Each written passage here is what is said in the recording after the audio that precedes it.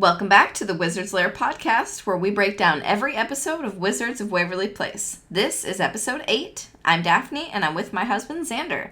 So today we are talking about season 1, episode 8, called Curb Your Dragon. Absolutely. Thank you, everybody, for joining us. Real quickly, before we get going, just want to thank everybody who has subscribed to the YouTube channel.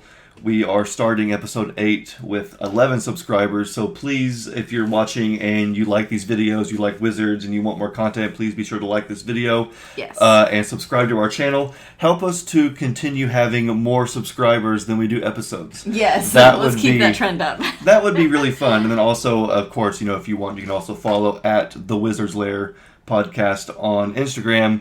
And that's where we kind of post some extra fun Wizards content. But anyway, yes, let's get right down to breaking down this episode.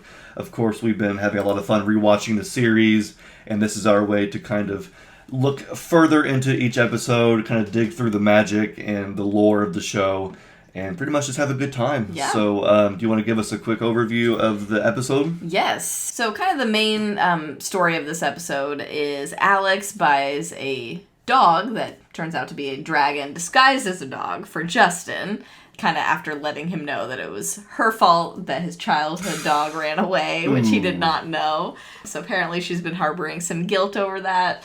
So is trying to do this. Actually, she's trying to do it as a nice thing, even though he did expressly say that he didn't want the dog, but she still feels like she's doing the right thing.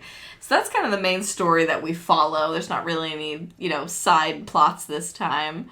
But yeah, it's a good one. That's interesting that you say that about the side plot, because you're right. Usually every episode of a sitcom or a show like this will always have your main overarching plot, but then there's always some other side plot for the other characters in the show to kind of have going on in the meantime. And I never really realized it until watching this episode, but there really wasn't a whole lot to sink your teeth into. Not really. And I think it's because there is the one plot. Yeah. So interesting observation there, because I can't think of any other episode where there's only one main plot. It's almost always two, because like you said, there's the main one that's the more important part of the story, but then, off to the side, there's a silly little Justin and Max mess around or something that's not really of that much consequence, but it's funny. But yeah, we didn't have that in this episode. We also didn't have any Harper at all, I noticed. Another Harper absence. Yeah, and I gotta say, I prefer episodes with Harper in it. I think she really brings a lot to their dynamic. I totally agree. Having said that, though, this one kind of just relies on, or focuses only on the Russos. Yeah. And that's very random, that's because true. Usually it's, Alex and Harper, Alex and her friend at school, and then the family is sort of like, my family, whatever. Right. But this one was very much like just the Russos, very, wholesome family episode. Yes. We've been talking about in recent episodes how the writers of the show are really good at taking normal human situations and then putting a magic twist on them. For instance, the magic carpet, learning how to drive and get your license. And so this one is kind of like the classic kid sees a stray animal and like, Mom, can we keep it? Can we keep it? Yeah. Or you go to, a shelter or whatever, and it's like, can we keep them all? Can we take all the animals home? And of course your parents are hesitant to do that because, taking on a pet is a big responsibility. Mm-hmm.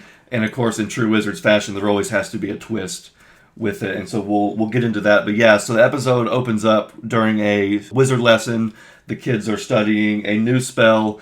They have actually turned Jerry into a goat. Yes, they have. And so that's the first time we see Jerry in this episode. He's a goat, and he says, change me back. I love that. That cracked me up. Yeah, that was pretty good. And so we actually get our first spell of the episode, and that would be Animoza Espinoza, which is the animal transformation spell. That is the spell that they would have used to turn Jerry into the goat. Okay. And then later on, we actually get the reverse spell, the counter spell, which is Humanoza Espinoza. And that's to transform back into a human once you've become an animal.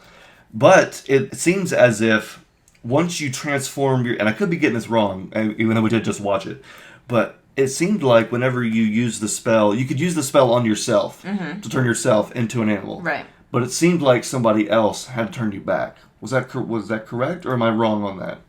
I don't know if that's necessarily the case. I think you could undo it yourself, but Okay. I think the only examples that we see of it are obviously Jerry wouldn't be able to undo it himself because he's not a wizard anymore.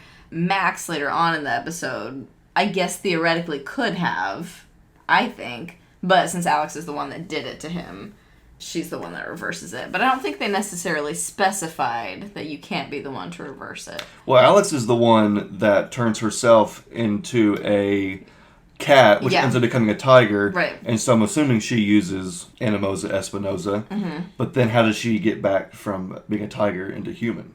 I think she just said it. So she does. I think she did, if I remember correctly. It's funny how we just watched it, and that one part I'm already blanking on. So if we're wrong in the comments, let us know. But, especially if you're watching along with us, let us know. Yeah, again, it's funny how we just watched it, but yeah, it's already escaped me. But anyway, so that is our spell for the episode, is Animoza and Humanoza Espinoza. I wonder if Espinoza is code for something, or is a reference to something, because we know how some of these spells reference either writers or something in pop culture. I think it is a name. I think it is like a Spanish last name. I've heard that before, so I wonder if there is somebody that works on the show. Interesting. That sounds really familiar to me too. Perhaps. Well, this is where we will again ask anybody out there if they have any inside knowledge that we don't. Please let us know. But so the kids are learning this new spell. They transform Jerry back into a human, and as Jerry leaves, Alex gets online. Gets on the World Wide Whiz Web. Yes, I love that. Which, by the way, would they have to type in www. I think so. Because it's the World Wide Whiz Web, so we use www. But I wonder if they would have to add a fourth. But anyway, so while on the World Wide Whiz Web, Alex starts shopping, and she pops in this dragon seller, or this dog seller, animal seller. I don't know who he is, but it's this wizard salesman who is selling. We have a dog who is actually a dragon. We have some lizards who also have huge dragon wings. Yeah. Of course, Justin, whenever he sees the dog, just becomes so infatuated, but is resistant because we learn about Willie and learn about how Justin used to have a dog when he was 7 years old, and Alex, when she was 5, let him out or let him get away. Yeah. And something happened, and, Willie didn't make it. So Alex tells him to get over it and that he should get the dog. Right. Of course, he still doesn't, leaves the room. Alex goes ahead and buys it for him with, 5 million units or whatever the form of credit was, which is absolutely astronomical, 5 million. It must not be worth very much. It must not be, yeah. That unit she paid it in human cash, and she said she knew the exchange rate because she shops online all the time. Yeah, absolutely. And so she goes ahead and buys this dragon dog for Justin. And before we go on, I should also mention this. The guy who plays the dragon seller is a famous comedian and actor, Taylor Negron. Yes. Negron, I'm not sure how to pronounce his last name. Unfortunately, he's passed away. I did not know that he passed away. Apparently in 2015, he lost a battle to cancer. I had no idea. Oh, I didn't know that either. He's in a lot of stuff. I feel he's one of those actors where I can't specifically name anything off the top of my head, but you just know if you went to their IMDb, he'd be in all kinds of stuff, especially Disney stuff. Yeah, and apparently he was also in an episode of Zoe 101. Interesting. Which I can't recall which episode that was off the top of my head. But he was in an episode of Zoe 101, and here he is in Wizards. And it's funny because, like we said, the episode is called Curb Your Dragon. Mm-hmm. And I thought that was a reference to the show Curb Your Enthusiasm. Yeah. Because Taylor Negron actually has a role on that show. Oh, wow. I don't know if it's a big role, a guest role, a small role. That's awesome, though. But either way, he plays some role in that show. And so for the longest time, in my mind, I thought, they brought him on as a guest and kind of named the show after him. Yeah, is that not the case? That is not the case. The show is called Curb Your Dragon because of the old saying, curb your dog. Now, we wouldn't know this because we don't live in the city. But apparently, if you live in the city or you live in an area where there are lots of dogs, a residential neighborhood, when taking your dog out, people will say curb your dog, which means take your dog to the curb to do its business. Okay. To use the bathroom. Not on my lawn, not on the sidewalk. Right. Curb that dog. I've never heard that saying before. Yeah, so I honestly, the show name is what comes to mind. But that makes sense because the show name is based on that as well, I would assume. Yeah. But I do like to think that potentially there was a double meaning, that they chose that kind of on purpose as well. Yeah, you're right. I always like learning new stuff, so that was an interesting sort of fact there. So we can keep going now. So the dog is purchased. Justin is still hesitant. Alex really wants Justin to fall in love with the dog and kind of, to right her wrong, as it were. And they kind of convince the parents to keep him. They actually are hiding the fact that he is a dragon, or just passing him off as a dog that Alex found wandering around Waverly Place. And she kind of convinces them that she'll put up signs, like, just to see if anybody's lost it. Now she's assuming that nobody's going to come pick it up because she knows that she bought this dog. And then if nobody comes to pick it up, then the deal is that they can keep it. So Alex goes and puts up all those signs all around Waverly Place. Oh, and another character we see during this part of the episode is somebody who's been recurring at least a couple times so far, Frankie. He is manning the little newsstand right outside the sub shop. So it's always fun to see him because he's so funny. I love his little, New Yorker mobster accent. It's so good. Yeah, Paulie Litt returns as Frankie. The last time we saw him the first time we saw him was in the episode New Employee. He and Justin were having a tutor rivalry, and so now he is back to take over the newsstand for Charlie, apparently.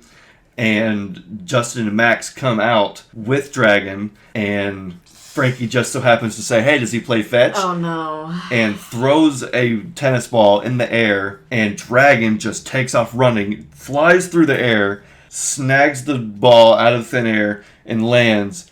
And you see his wings and everything. Yeah, like dragon wings. And it's pretty blatant. It's magic exposure. That this is a magical dog or some sort of supernatural dog. And I love Paulie's reaction. His acting in the scene was great because Frankie says, were those wings? And his New Yorker accent. And that was just the best reaction to it because it didn't feel silly. It felt real. It felt like a real reaction. If you were to be standing there and you saw a dog jump through the air, fly, and burp fire or whatever it was, sprout wings randomly, you would be freaking out. And so I felt that his face and his reaction in that scene was absolutely perfect. But no, you're right. This is a blatant exposure of magic. Yeah, this one, I feel like the last few episodes, there's been a couple where we can kind of debate whether it is or isn't, and you can kind of see it both ways. This one, no. He saw it with his eyes. No, and there was no explaining it away.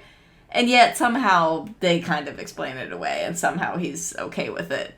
So we kind of still brush it under the rug, but I'm definitely classifying it as a magic exposure. Yeah, Frankie says, okay, it works for now, but something doesn't smell right on Waverly Place. So he's definitely suspicious. Mm-hmm. But, I mean, he should be more than suspicious because that was clearly, very freaky and undeniable. But, no, I'm with you. I think we should classify that as a blatant exposure of magic because Frankie didn't necessarily make too big a fuss about it in the end, who's to say that somebody watching through the window or passing by didn't see something? Yeah, I'm sure there was tons of other people on the street. There's tons of people who may be up, washing or hanging their clothes out to dry, or looking out the window or whatever, and all of a sudden they see this dog flying through the air. So who's to say who saw it or didn't? But, I mean, to me, that's a clear, blatant exposure of magic. Definitely. Another moment that's not really consequential to the story, but I thought was funny, was when Max and Justin are out on the terrace with Dragon, which they've kind of named him Dragon because it's on his tag. But they're out there with Dragon, and he starts flying. I don't know if they accidentally said... I think they accidentally said the word fly, which makes him fly. And Teresa comes out, and she's not aware that this is a dragon yet. So they're trying to keep him up in the air while she's watering her plants and going about her business so that she doesn't notice. So Justin keeps working the word fly into his conversation just to keep him up. And then the funniest bit was after she went back inside and Dragon peed on Justin from the air. Yes, that was disgusting. And it's funny because obviously it wasn't pee in real life. Right. But David Henry, the actor, when the liquid, fell into his face, you can almost see him wanting to instinctively lick his lips. Oh no! And he fights that instinct. That's funny. Good catch. Because if he did, obviously it'd be nasty. Pee. So he's kind of sitting there disgusting, and I forget what he says, but he says, "Tell me that was drool." And Max says, "Okay, it was drool," which is hilarious. That was a great scene. That was good. This episode takes a twist, though, when Justin comes home from school and finds out that Dragon's real owner, quote unquote, has come to pick up Dragon, and claim him. And of course, it makes Justin really sad. Alex feels even more guilty. Because now she's done it twice.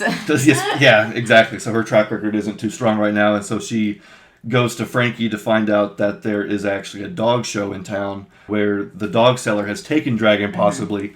And so that becomes their lead on where Dragon could be. So Alex and Justin turn Max into a dog, sneak him into the dog show, and using that spell we talked about earlier, Humanoza, Espinoza turns him back into a human. That way they can, sniff around and look for where Dragon is. Quite literally sniff around, by Quite the way. literally, yes, absolutely. Good catch. Yeah, the spell doesn't quite work, so Max is still kind of half dog, half human. Hilarious. And we go looking around for Dragon, and instead we find Amanda Tepe. Yes! Who is back for a surprise guest appearance. We were not expecting her in this episode. I am continuously blown away by how many times she's featured in this first season. And I feel like they just kind of packed all her episodes into this first season, and then it kind of thins out after that. But yeah, we didn't remember off the top of our heads that she was in this one, so we were so excited when they got there, they got to the dog show, and she was the security guard.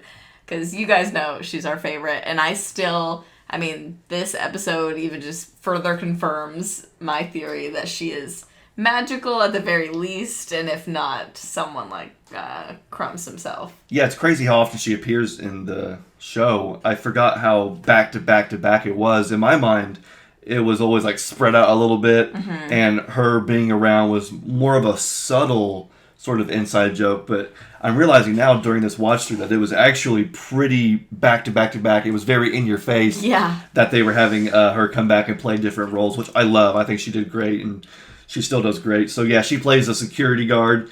She actually tries to throw Alex and Justin and Max out when they're smelling around. Yes. I got a sniffer, she so says. Good. The way she says it is gold. But they are successful in locating the dragon seller, the dog seller. He is there. He actually has Dragon. He set up shop again in order to resell Dragon. This, I guess, is his scam. He kind of keeps scamming people over and over and over again. And this is his way of doing it, but not anymore. Alex and Justin are fed up. They are determined to get Dragon back, and they are able to swindle him.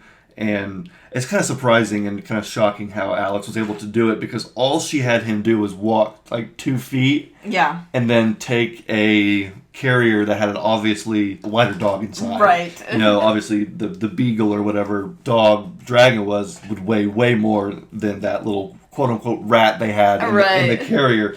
But either way, Alex was successful in conning the con wizard. Yeah, and it was kind of psychological the way she did it, because it's not just that she had him walk away from it, it's that she distracted him by, like, flattering him. Oh, yeah. And telling him that, like, he really taught them a valuable lesson and everything, and how great he was. So that definitely kind of distracted him, and I feel like made him less aware of his surroundings, which was so good. You're right. She could have easily just heard yelling and accusing him of this and that, but it wouldn't have done any good. So she was able to kind of get her way, which was very, very smart. And we actually real quickly have another exposure of magic, or at least I think another one, because while they're at the dog show and they're trying to create a distraction and locate Dragon, Alice decides to turn herself into a cat in order to clear the room or create a distraction.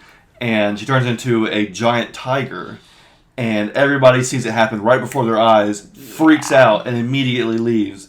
And so you could imagine being a regular human standing in a room at a dog show. Mm-hmm. So if it was a cat show or an animal show or a circus or whatever, a zoo or something, you could probably kind of pass it off. But this is a dog show. Yeah. And a literal tiger appears in the middle of the room. Like out of thin air, air. And, of course, all these oblivious rich people just probably, don't see it and just freak out and, whatever. But it's like, oh, my gosh. In real life, that would not fly. Yeah. LOL fly, sorry.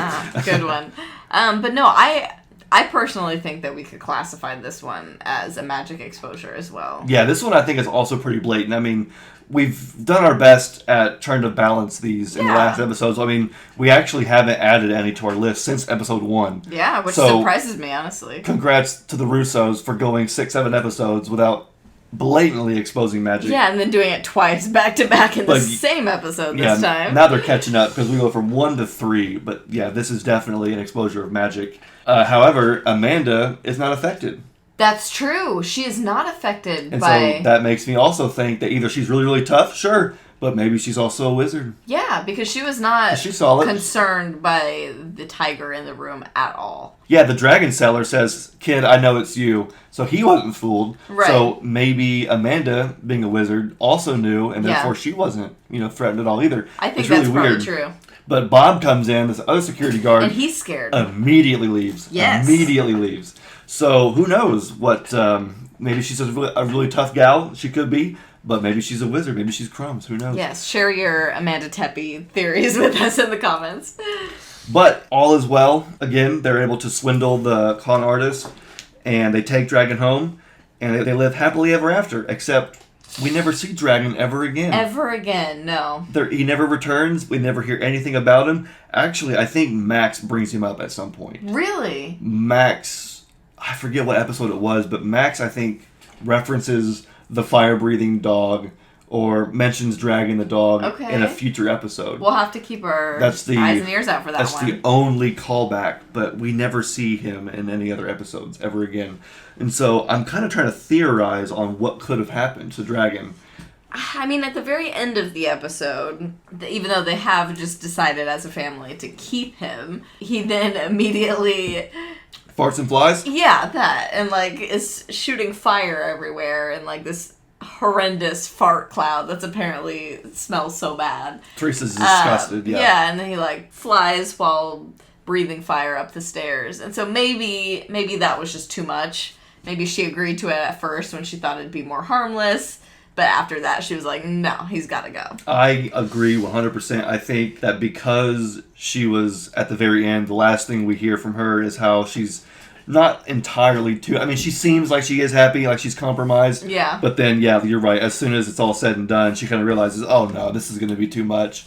And, again, this is kind of one of those real-world things where, a parent buys a child a pet thinking, oh, this will be fun. Mm-hmm. And then the parent realizes, oh, this is a lot of responsibility. And so how many pets do families buy and end up not keeping longer than, you know, I'm hoping, because they kind of underestimate how much of a responsibility it is. Let's hope that Jerry helped them find a nice family in the wizard world to adopt Dragon and to give him a good home. Good point. Where he could, be free and not have to be a dog, honestly. Totally, yeah. Honestly, I'm surprised that Jerry was even okay with it. I understand that, he was kind of mesmerized by how cute the dog was, too, and everything, and how cool it was, but, with how strict he is about magic and about exposing magic in the mortal world, if you will, I'm surprised that he was okay with them having a dog they're going to have to take him outside on walks, and he's going to bark fire.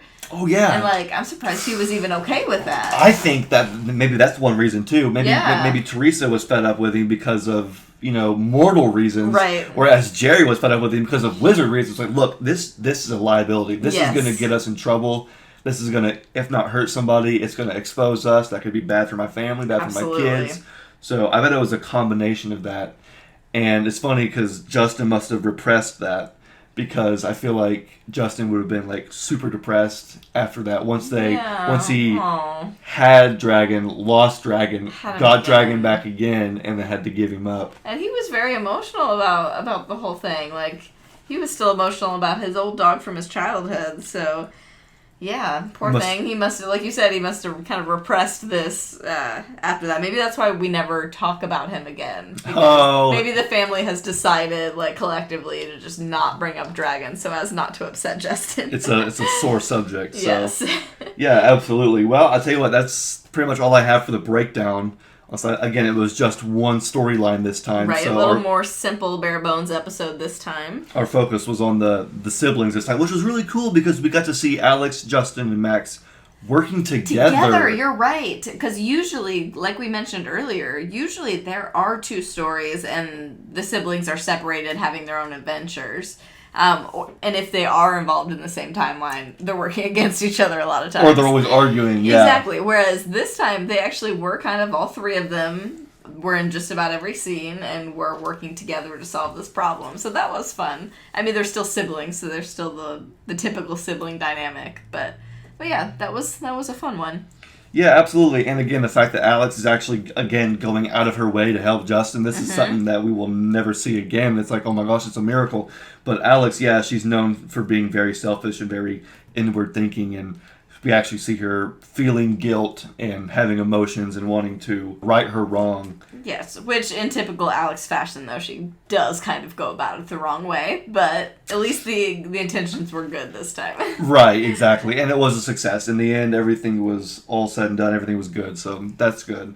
Shall we move on now to our favorite quotes? Yes, we shall. Okay, cool. Who wants to go first? I can go first. Okay. So mine this time, I'll give a little bit of context.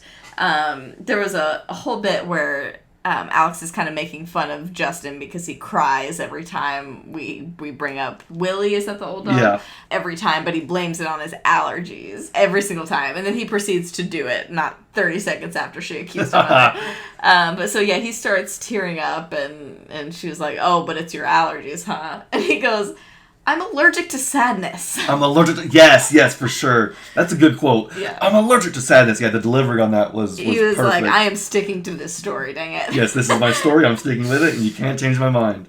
That's pretty good. All right, what's yours? So mine actually comes from the dragon seller, Okay. The dog seller. So whenever we meet him for the first time in the wizard lair when Alex is shopping, Max is inadvertently foiling the sale. He has no Yes. idea. He's like interrupting the guy. He's trying to seal the deal.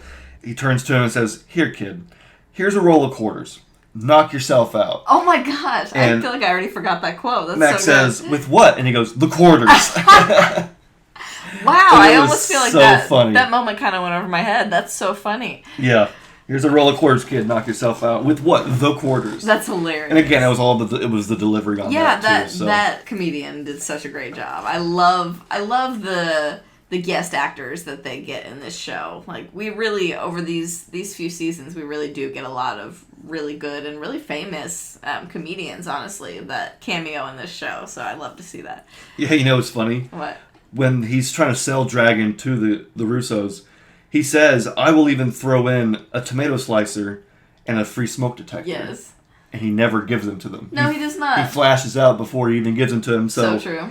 He's trying to seal the deal by offering all this extra goodies, and all he says is, your 5-second warranty has expired now. Boom, flashes out. Yep. So they don't even get part of the deal. That's so true. I didn't even catch that part. He's really good. He is a con wizard for sure. But Alex is an even better con woman.